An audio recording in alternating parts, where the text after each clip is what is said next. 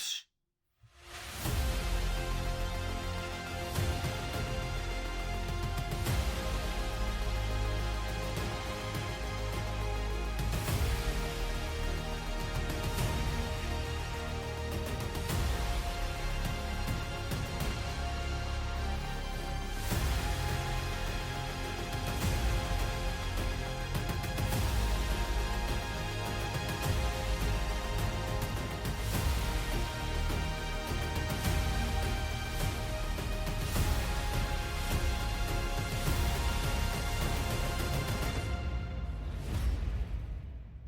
Hey everyone, it's Anti-Swipe again. I wanted to bring you a video. It's been a little while since I've created one. The last one I created was for Path of Exile 2. Now that I've playing the Legacy of Phrecia event, which by the way, it's very, very fun. If you're not playing it yet, I recommend doing so if you're a fan of Path of Exile 1. And if not, come and try it out, right? And so I wanted to bring a video out about my farming strategy, as well as a little bit about the character. I'm going to be trying to make this kind of concise, and then I will break down both videos or both ideas into two different videos. So the character that I'm running right now is Scion RF is a thing. So I'm running Righteous Fire Scion, which in this case, there's only one ascendancy for Legacy of Phrecia, which is Scavenger. And it's a typical Righteous Fire build in terms of explosions and causing those explosions to proliferate ignites. This is almost 100% based on Pox's build, which I will link down in the description below. And just want to give you some information about the build, and then I'll go into the farming strategy that got me the currency I needed for this. So right now, your first points that I went for was Cloak of Flame, which converts 40% of our fizz damage taken as fire damage, and then we go to Obliteration, which helps our explode mechanic, which we used to get with Chieftain, and now it's a little bit different. 30% chance to explode, so higher chance to explode, but with a quarter of that damage or a quarter of their maximum life being dealt as chaos damage. And then we get Zerfi's Heart over here, which is chaos damage can ignite, chill, and shock. In this case, we scale our ignite chance. Tree goes from Scion over here over to getting some corrupted blood, as well as fire damage over time multiplier, which we also use with this notable. We grab regenerate one life per second for each 1% uncapped fire res. And then we come down here for some block chance, max resistance, and life. We then go up, grab some spiritual aid over here, which is increases and reductions to minion damage also affect you, so that we can use the minions deal increased damage essence on our weapon. And I got a really good one. I think I made it a deafening essence and used this and got something like this. I bought the base for fracture damage over time multi, and then crafted on the fire damage over time multi. Going here for fire damage, and then going up here for more damage over time multiplier, less damage taken from damage over time, some life, and more fire damage. I added a cluster jewel in. This is by no means the best use of your points, but I wanted to get Ignite Prolift because I tried. There is a mod on your gloves that you can use, which right now I have it as 10% of physical damage converted to chaos. That is an Eater of Worlds implicit modifier, which you would use the Eater of Worlds implicit currency, or the Eater of Worlds currency. It's a lesser, I think it's Eldritch orb. Can't remember the name of it right now, but I used it tried to use that for a while and could not get the Prolif. Actually, it might have been Searing Exarch. I can't remember. One of these I used and I could not do the Prolif. So I ended up self-rolling a burning damage cluster jewel to get Fan the Flames. And then I went for more reservation efficiency right here so I could use all of my auras. So that's the build in a nutshell.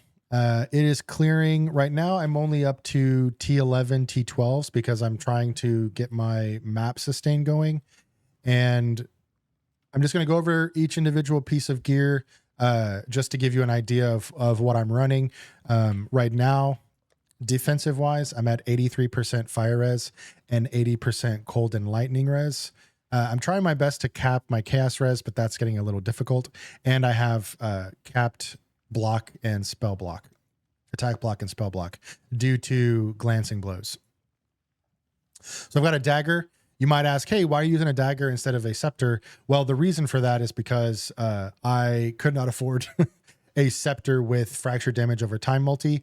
It's okay that if you can't go for a rune dagger, it gives you the same modifiers as a scepter, but just doesn't give you the implicit.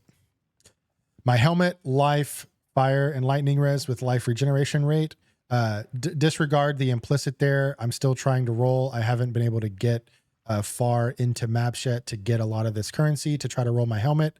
You will want an elder base for this in the future. I have recover life when you block. This is important so that you can help with your sustain. Now that I have glancing blows, or I'm doing I actually have capped block chance. This recover life on block is really good. Try to get life and even max res if you can.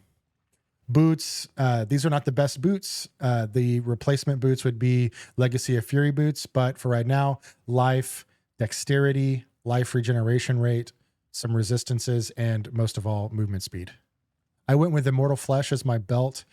Gives you great regen per second, good life, and the minus elemental res is a little hard to get over, but it is a very, very good belt for Righteous Fire characters, since Righteous Fire is burning 90% of our maximum life as fire damage per second.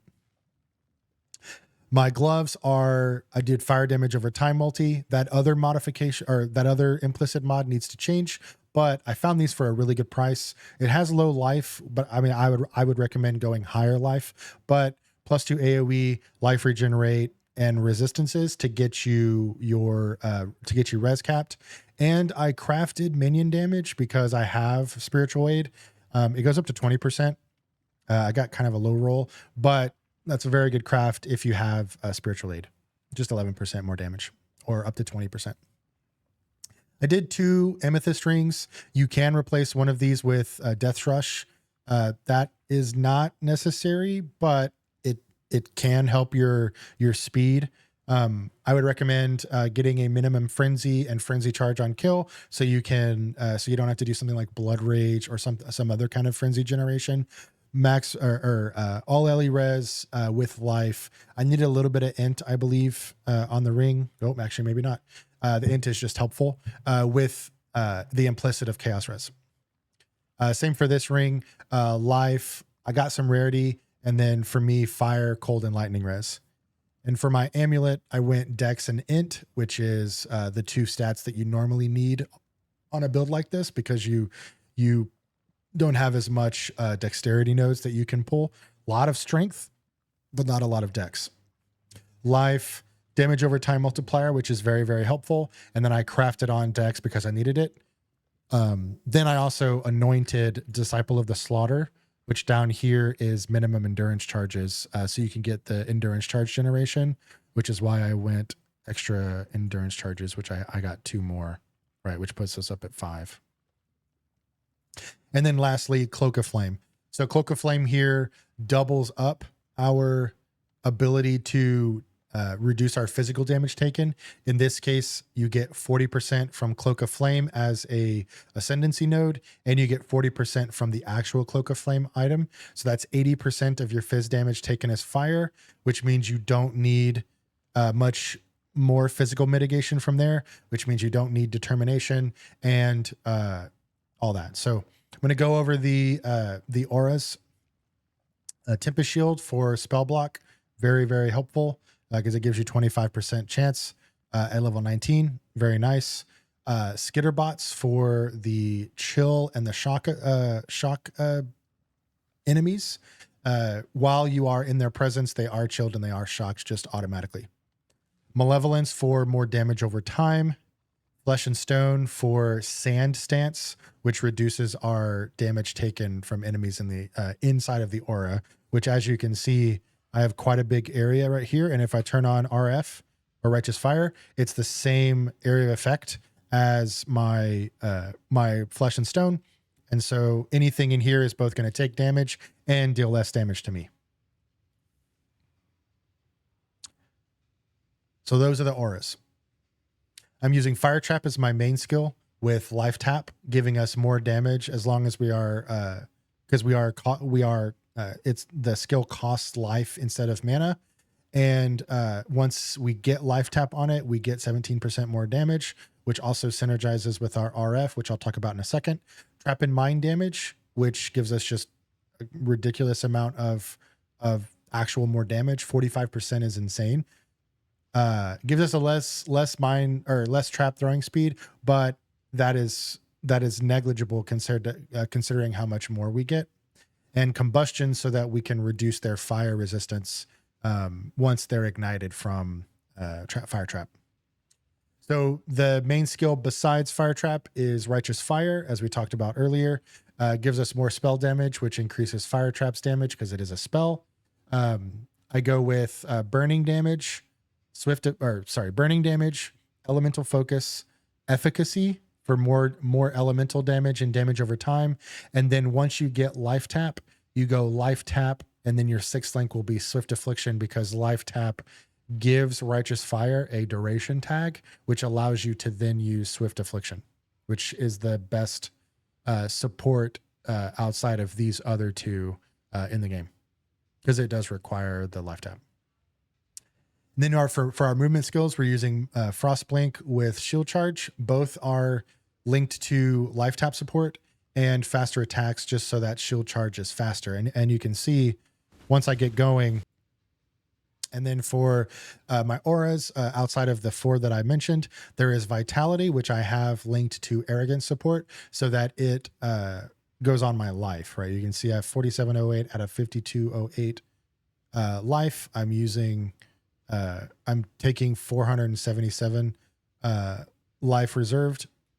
And I have a curse setup, which is Flammability, Hex Bloom, so that whenever the hex enemy dies, it proliferates, which is helpful because you don't have to cast your Flammability all that often. You cast it on one mob, and then you Shield Charge in, or you can Fire Trap, or even just let them take damage from Righteous Fire. Once they die, everything around them in the entire pack will get Flammability on them.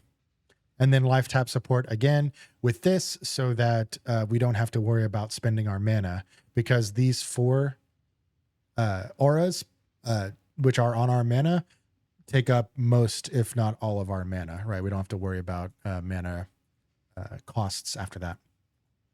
So anyway, that is the build in a nutshell. Oh, actually, flasks. Let's talk about flasks. So you want to have a ruby flask and an amethyst flask. Ruby flask is non-negotiable. Amethyst, you may be able to replace it. It's not super important. I mean, it is helpful to cap your chaos res whenever you use it. So if I use it now, I don't have capped chaos res, but it brings me to 33%, which is very decent. So yeah.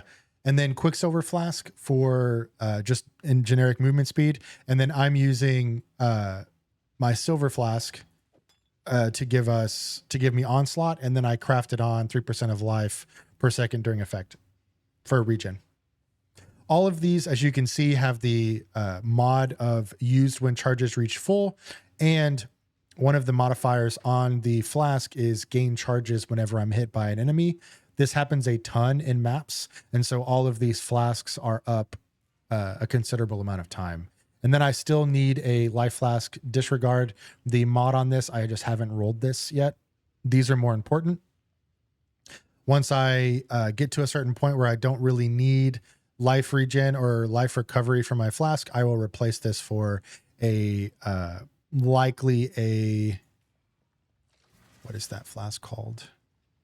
A sulfur flask, so I can get more damage. And it gives Consecrated Ground on use, which gives you regeneration and less curse effect.